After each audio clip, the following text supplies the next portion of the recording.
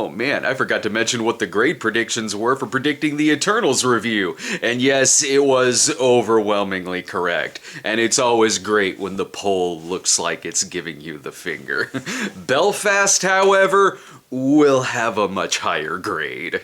I freaking love Kenneth Branagh, so I'm so glad he's back to doing a movie like this. Let's just say it's the better Branagh and Judi Dench film than Artemis Fowl. And also, as far as movies go where Judi Dench looks at the camera and talks for a scene, I think this'll have more Oscar nominations than Cats. The movie is Branagh's most personal film to date, as it's a semi-autobiographical film of a family living in Northern Ireland in 1969 during the Troubles of Belfast. The movie hooks you in pretty fast, as you're seeing this relatively normal day of people happy, talking, and playing in the street, and then it gets really intense fast. At the drop of a hat, a riot breaks out from a Protestant group rampaging through a Catholic neighborhood, and it almost becomes shot like a zombie film, as this family has to take cover in their house under the table. It's all seen through the eyes of a young boy named Buddy, just trying to have a normal adolescent life between having crushes, having friends,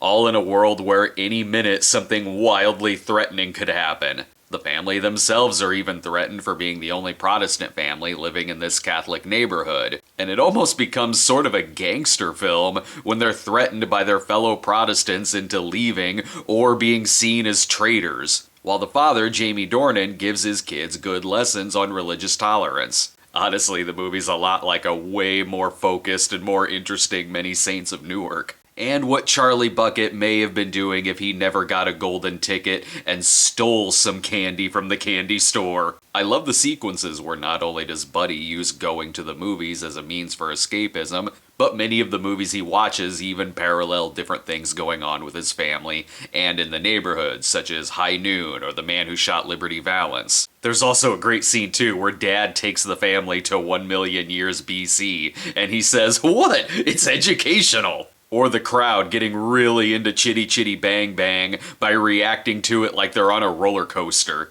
The chemistry between all of the actors is fantastic, all of whom have real awards-worthy standout moments. Katrina Balfe has an amazing scene where her son steals something from the riots and then she takes him back through the crowds amongst the carnage and makes him put it back. She and Jamie Dornan are great together, and I love his scene where he sings her Everlasting Love. He's got some really charming moments in the film. The grandparents, played by Ciarán Hinds and Judi Dench, have several great one-liners and are genuinely funny and sweet throughout the film. I particularly loved one little shout out when Buddy is reading a Thor comic, which usually when I see a reference like this, it's deeply cynical, like that Star Wars reference in Eternals. But here, you can tell it's a very personal reference to Branagh's childhood love for the character and foreshadows that he'd direct the movie decades later. The movie opens in theaters this weekend, and it's one to watch out for awards season. I'll give it an A-. The black and white cinematography is beautiful, the shots are very impressive, and it knows how to gracefully go from very quiet scenery to appropriately shaky and intense. Thanks for watching, everyone. Don't forget to subscribe to our channel today and click the notification bell for alerts on new videos. And we'll have reviews coming up for Clifford the Big Red Dog and Spencer. See you next time.